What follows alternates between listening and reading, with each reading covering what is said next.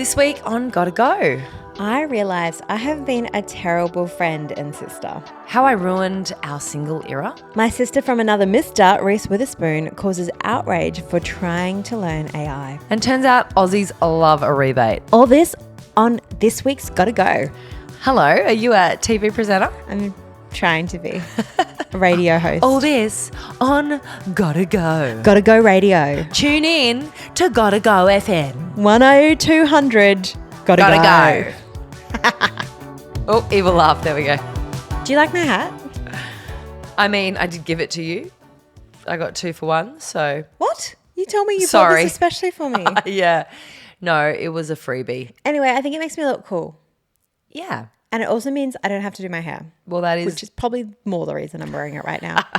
So this week I realised what a bad friend I've been to all my friends who've had babies. Oh, yeah. That does happen once you have a baby, doesn't it? You're like, oh. Because you dear. notice just around, it's always these women who've clearly had kids who are just so kind and helpful to you. Yes. Like Amali was losing it at the shopping centre the other day and I had all these women come up to me and be like, hey, do you need a hand? Can I help you? And I was like, oh, you're so amazing. Women are the best. I mean, women are the best. I Yeah. have to say. But then I realized when all my friends have had babies, I've just not got it. No. And I haven't been there. I've given impractical gifts. Yeah. And I made a Press friend duds. a lasagna once and I was like, oh, there you go. Well, that's a good effort. That's a helpful thing. yeah. Definitely. But I mean, I laughed at you when you went through labor. Yeah, you what were there is- laughing at me, being like, you're being a bit dramatic. Like, oh, you were like, nobody breathe, nobody talk. Briony's having a contraction. I'm like, yeah, seriously. Can you And shut now the I'm F like, up? I'm amazed you even let me in the room. I was like, I was trying to get rid of you all, to be honest. now we learn. But now I did that hypnobirthing class and they were like, this Breathe is your your safe, baby out. but they're like, this is your safe space. It's your partner's responsibility, to light the candles, to do the essential oils and all that stuff. And I was there just going, oh my God, you're being so dramatic. Oh, everyone stop. I don't know what it is about when you're in labor. Noise cuts. It's painful. Well, and I was like, shh, everyone stop. I just want to say, I'm sorry. I appreciate that, Mol. Yeah. Apology accepted. And if you ever have another baby again, which I don't think you will, I'll be better. But also, I just think there are some things we should normalize when you visit some new parents. Yeah. I got this from Dr. Golly, a pediatrician who I love, Yeah. but he just said, leave the parents better than when you found them. Don't turn up and expect to be fed. Just bring food. Bring everything. Bring what you're drinking. Yeah. When you get there, be like, hey, while we're chatting, I'd just love to fold some laundry. If someone would just turn up and do that, Yeah. amazing. Bring food. And also normalize. Babies only need so many stuffed toys and newborn onesies. Yeah. Give them cleaning vouchers. Bring them, you got given some dinner vouchers, didn't you? Dinner ladies, I think, or something. Yeah, it was so good. It's the best. And it's just so exciting having food made for you, which you didn't make yourself. It's like when you buy a sandwich, it always tastes better than when you made the sandwich yourself. It's just Yeah. how I it live in a is. little community where when you come home with a baby, they set up a meal train. And so for 2 weeks, someone drops you dinner at 5 o'clock every night. And it is the greatest so thing. It's cute. the greatest gift you can ever give new parents. Do you have to do it back? Yeah, well, next time someone has a baby, you pass it on. How often are people having babies? Not that often, to That's be kinda honest. good, Every isn't couple it? of months, Yeah. maybe every 6 months. But also if people are going through a hard time or, someone's passed away, we set up a meal train and it's just the nicest thing ever. Bring food. Everyone needs to eat 3 times a week. It's the best thing you can do for new parents. I also understand now, when you had kids, why there was less time for me. Because for a while I was like, you're not picking up my calls. You're like, am I not your number one anymore? And do you remember when you asked me that? And I was like, no more. I'm sorry to break this to you, but you're not my number one anymore. And you were quite I'm offended. not even your number 2 now. Sorry. I'm your number 4. You'll always be my number one in terms of well, you won't because we've got 2 sisters. You'll always be in the top 5. How's that? Yeah, but I used to be number 1. You did. I'm sorry I got married and had babies. It's okay. Do you remember when I started dating my now husband?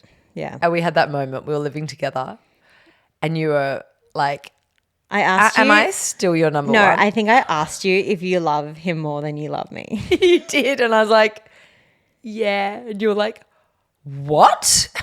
You were quite shocked and offended. Do you know what? I still don't believe you. I still think you love me more than you love him. Mol. I'll let you live in that bubble. I'll be there forever, Briony. I mean, so will he. Look, you'll be in my top 10 always. Do you remember when you told everyone you were moving back to the Gold Coast? And it used to be you, me, and your partner. We all lived together. And the biggest question everyone got was like, oh, congratulations, that's great. But they'd also be like, how's Molly going to cope? Is Molly going to be okay? And you're like, well, Molly's 38. Well, no, you're like, Molly's 36, so Molly's going to be okay.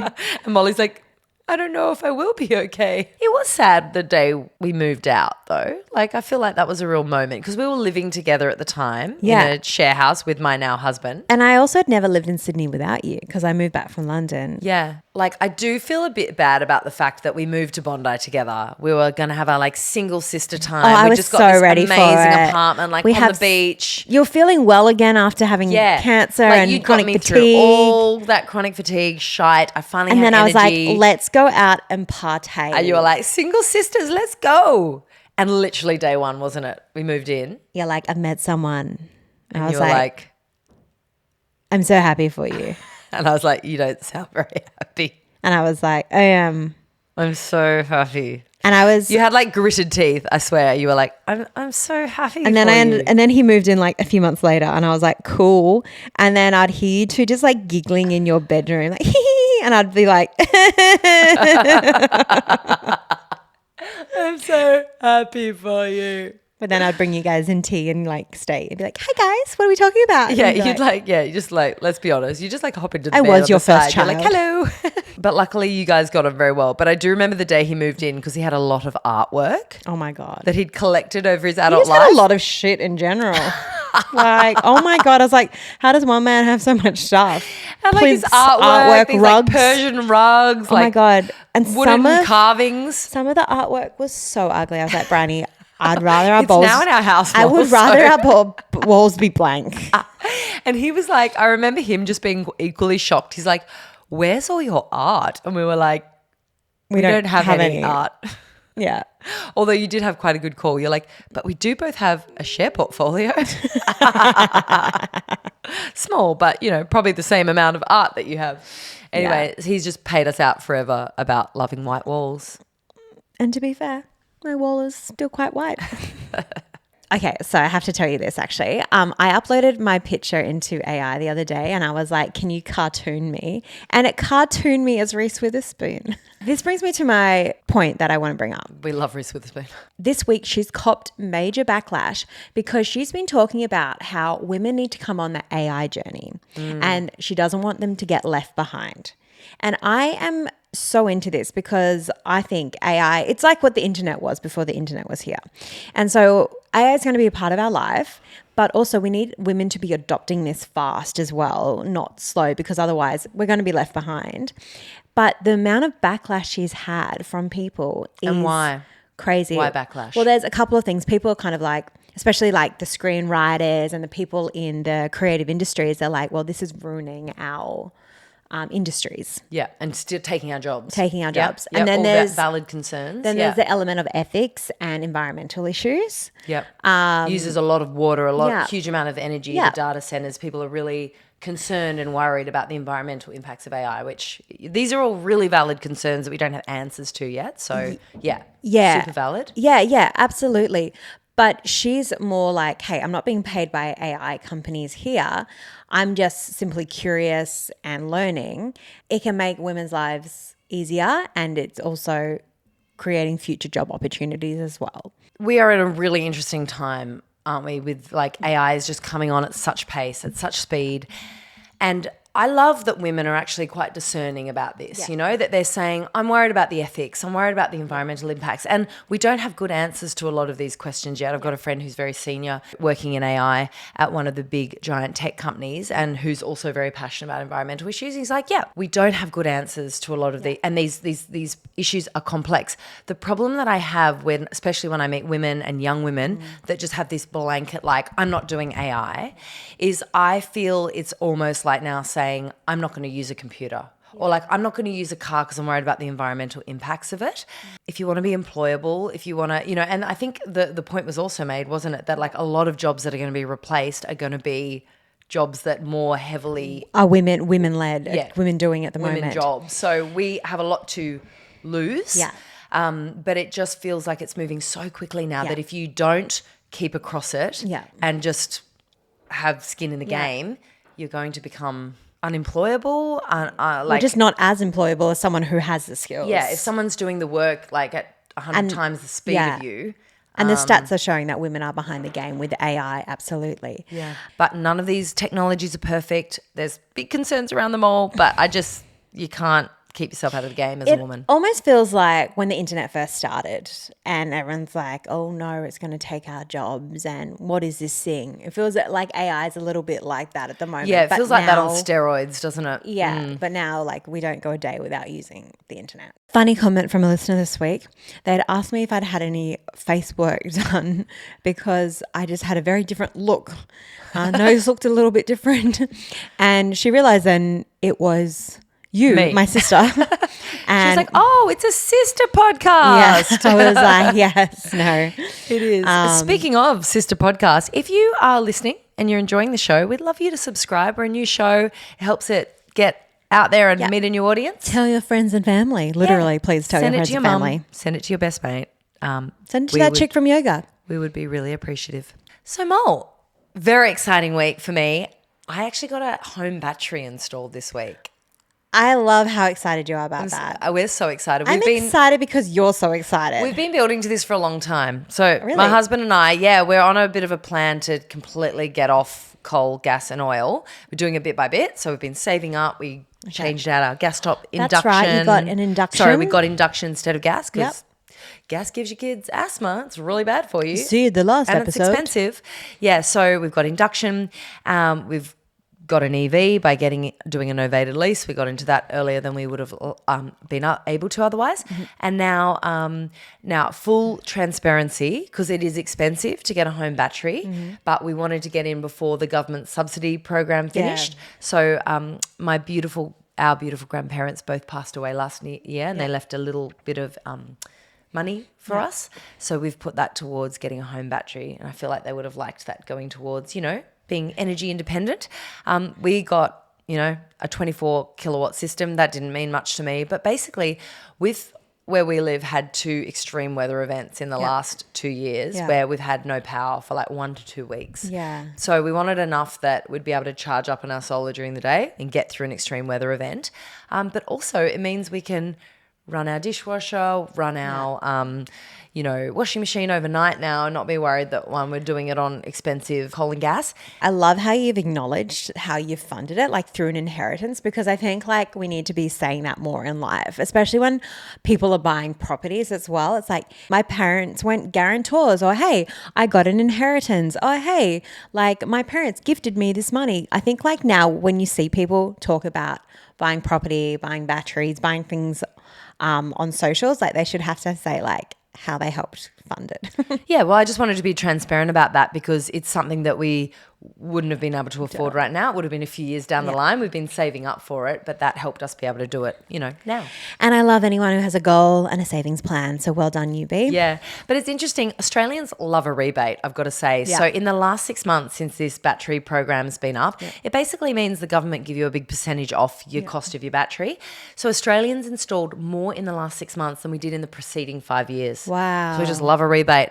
Funny story. Do you know who else loves a rebate? Who? Pauline Hanson. What? Famously hates renewables, but got solar panels recently and got the rebate. No way. Yeah, because I feel like if you diss the rebate, you shouldn't get the rebate. Even Pauline Hanson loves a bit of rooftop solar when you get a rebate, government rebate. I mean, people love to save money, and at the end of the day, like people want to save as much money as they can. Well, it's why, over 4 million Australians now have rooftop solar. So I was driving from Brizzy back to the Gold Coast the other day. I was up there for work and oh my God, so many hoons. And guess what they were all? What? Men in utes, angry men in utes, just like driving so badly. And I was just like, you are putting so many lives at risk here. It got me so angry. But also there were so many electric vehicles on the highway nowadays. Like I remember literally 6 months ago, nowhere near as many. BYD is at every second car, it feels like. Yeah, well, interestingly, BYD is now the number 1 electric vehicle manufacturer in the world. Wow. I didn't realize that. They've overtaken Tesla just last year. Wow. Yeah. They doubled. They shot up. They sold double the EVs that Tesla did last year. Yeah. BYD, what's it called? Their ute, the Shark. it actually won Best Aussie Ute of the Year last year. Well, I have to say, the hoons were not in electric utes because you could that's hear the and I was like, you must have a small penis. Yeah. Oh my God. Well, you can't actually be a hoon in an EV. I mean, you could drive badly, but they're really quiet. So it's good. I'm like, bring on the electric vehicle revolution. It's what people don't talk about. We don't have to listen to like bloody hotted up cars hooning around anymore. I know, especially so quiet. when I used to live on a really busy road, I'd just be like, oh my God, bring on EVs because they're so loud. Well, you know, it's an interesting thing. I read an article by Alan Kohler, your homeboy, this love week on the Alan. ABC. But he was Yay. talking about how China just invested hardcore into renewables and electric vehicles in the last 20 years, and it's massively paying off. Yeah. So they've electrified their railways like all around the country. They've built more railways than anyone in the world. So their freight, their shipping is like increasingly electric. They're rolling out electric trucks left, right, and centre. I feel like here Australians like, we don't have, like, electric trucks aren't a thing. I'm like, actually 50% of the trucks sold in December in China were electric. So when there's, obviously we're in this midst of an oil crisis at the moment, how affected are they? Well, they're much more buffeted is his point, because he reckons they've invested since 2003 $4 trillion in renewables. Wow, so they're just that's a lot of leading the money. world. And then also because they now build the best EVs, the best solar panels, the best batteries. Like, everyone is going to be dependent on buying the stuff to electrify from China. Isn't that crazy? I bet America could have been that country. Absolutely could have. And China actually did this because they were worried about how vulnerable they were to America just shutting down shipping channels. And which look- is like exactly look- what we're seeing look now. at that. So it's really paid off for them. Meanwhile, the Australian government was just like, yeah, we'll be right. Let's just keep importing, shipping, foreign oil, and we can see where that's gotten us. And did you hear that thing the other day, like where one of our oil refineries, we've only got 2, one of them caught on fire. Yes. I was like, you cannot write this stuff. So it just shows how vulnerable we are because we're just reliant on importing foreign oil. So anyway, I just thought this was also a really interesting quote I came across this week. Who said this? Okay. The quicker we get renewables delivered in every way that we can to reduce our dependence on fossil fuels, just coal, gas and oil, the better for our overall security. I don't know. Maybe like the leader of the Greens or something? Yeah, well, actually it was Admiral Barry, a former head of the Australian Defence Force. Wow. Yeah. He came out and just said, our army is completely reliant on foreign oil. Yep. Our vehicles, our transportation, our food freight, and it's actually a huge national security risk. So you've got the former head of the army saying we need to get off coal, gas and oil, which I thought was pretty interesting. That's wild. And I actually never knew I'd have so many conversations about oil as I have been in the last few weeks. Like, it just hasn't really been part of my world. I know. I feel like you go out for dinner with your girlfriends, everyone's talking about the price of filling up their tank. The Strait of Hormuz. Yeah, the Strait of Hormuz. No one even knew what it was a few months ago. Well, we've had some funny adventures in our time together. One that really springs out to mind was when we backpacked through China together about 20 years ago. 谢谢你. 谢谢你. Yes. 你好. Ni hao. We learned how to say thank you and All I know the real knew, price. all I knew was shopping Shopping terminology. I know the real price and too expensive. But sometimes I'd get it mixed And up. how do we So get I'd on be the like, nearest pub crawl? So I'd be like, instead of saying how much, I'd be like, it's too expensive. And they'd be like, how much? And they're like, look at me really confused. And then they'd speak back to me in Chinese and I'd be like, I can't understand you. Calculator. But yes, we had an amazing trip.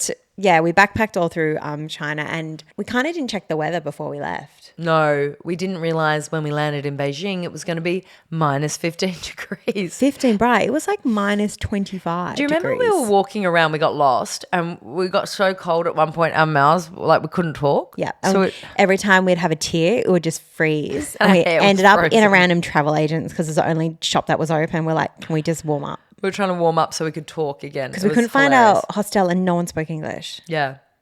And do you remember we went to that amazing nightclub? It was called Propaganda. Lol. And this woman came up to us with a business card and was like, I want you to come to a casting tomorrow.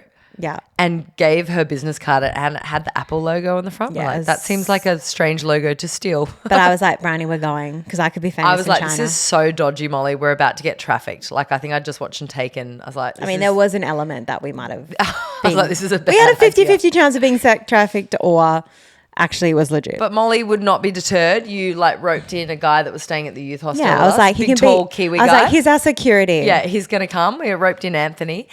And we took off to the middle of somewhere in Beijing. We have no idea where. And remember we walked down these alleyways. It was looking so dodgy. It was like, do you remember it was like plastic covering all of the doors? Look, now I think back. I was like, we are going to die. It was a bit dodgy. I was like, we're going to die. And Molly's like, I have a good feeling about this. We've got to go to this casting. I was like, this is But then crazy. it got better because as we walked in through the black plastic, it was actually Columbia. Was it Columbia Studios? Yeah, it was like a massive production company. then- They'd done like The Mummy and like all these films. But I was so like disheartened because we got there and the audition was to be a mother, and it was a powdered milk brand, and I was like 20-something 3 at the time, and I was like, you think I could be a mother? Yeah, How well, you could rude. be technically.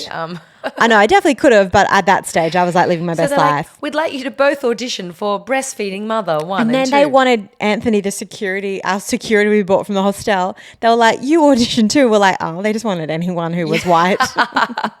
Devastated. Anyway, luckily we didn't get trafficked that day. We got to audition for a breast milk And no, we commercial. didn't get the part. No, we didn't get the part. Sadly, we didn't get the part. Then I was like, maybe I just don't look like a 23-year-old mom. Oh my gosh, that was hilarious. But anyway, we had an amazing time in China. But I do remember at the time just being like, no country will ever compete with this country. This is like the scale of China was insane. Yeah. Do you remember we went to that town that was like just did shoes and it had like 20 million Yes, people? because I was in heaven. Yeah, because you're like, let's go to the shoe. Briony city. and I rocked up at the airport and they were like, you are like 20 kilos over. Yeah, we had each. so much luggage And we on were the way home. we were like challenge accepted. Yeah, they're like, that's going to be like $7,000 in I excess threw baggage. out a few things and then I put on every item of clothing. I stuffed my pockets with the heavy stuff. Yeah. And we got on and I did not pay 1 cent I extra know. for luggage. We were wearing so many clothes though. We were so hot. Looked like we were got sweating. It looked like we got hypothermia. We're like, we get really cold on planes. Now let us Oh my sit. gosh. So Mo, what's got to go? Gotta go. What's Gotta gotta go? Right. That's my moment. Okay, sorry. I was trying to be a backup singer. No, don't. Sorry. Just Sorry. let me shine. Anyway, so what I think has to go this week is no phones after 8 o'clock because I feel like I've worked out why I'm not sleeping well at night and it's my phone. Blue light in your eyeballs. Yeah. And I saw this crazy stat, which is that hemorrhoids are going up because more people are taking their phones to the bathroom. What? I feel like everyone takes their phone to Yes, the bathroom but now. it's not prolonged sitting in general has like not been linked to developing hemorrhoids, but a standard toilet seat, unlike a chair or couch, has a large internal opening, no support for your pelvic floor. And now because we are taking our phones to the toilet, we're spending more time on the toilet, people are getting more hemorrhoids. Isn't that sad? Gosh, I did not know that. And I looked up the latest stats in Australia on how many times we look at our phone a day. And how many times do you think it is? 50? More. 100? More. 150? 125 times a Oh day. my gosh. Yeah. Yeah. Minimum. So what's got to go for me this week, well, forever, it's just like being on my phone so much and definitely no phones in the loo. What about you? What's got to go? And just on that, something that changed my life was not bringing my phone into the bedroom. And I leave it plugged in the living room because I read this article that said people are stopping laying down memories because they're scrolling. And it's actually the having a bit of brain space, reflecting on the day. That's what lays your memories down. So I was like, how sad to not have any memories because you're just scrolling crap on Instagram. The stat was crazy. It was like 4 out of 5 people scroll before they go to bed. Yeah. So I have it out of my room. Yeah. It's changed my life. Okay. Don't have your phone in your bedroom. I need to bring Hot that tip. in. Thanks. I'm going to do that. Well, what's got to go for me, Mole, is tiny buttons and press studs on children's clothing. Oh, yeah. Zips Especially only. like it's annoying on a baby. It's actually impossible on a toddler. You try getting a wriggly toddler into like 17 press studs. It's actually impossible. I don't know who doesn't design these things. I think Fire this them. goes back on our earlier conversation where it's like friends who like very kindly give you gifts, but you can clearly tell they haven't had kids because I'm like, unless it got a 2-way zip, I don't want it. I know. I think of all the lovely, cute, adorable gifts that were completely annoying and useless that I gave to people. Like if it doesn't have a 2-way zip, don't bother. like the most adorable suit I got given. It's all press studs, and I'm like, babes, I don't have time for this. Yeah, well, actually, Charlie got given a pair of overalls recently. He's 2, so it's got press studs the whole legs. And guess what happens? The first time he bends over, the whole thing just rips open. I was like, well, these are also very impractical. Thanks, but no thanks. No press studs, gotta go. Well, Mole, great chewing the fat with you this week. Chewing the fat. I know. That is such a gross analogy. I knew you would Please hate that. That's don't why I use actually said it.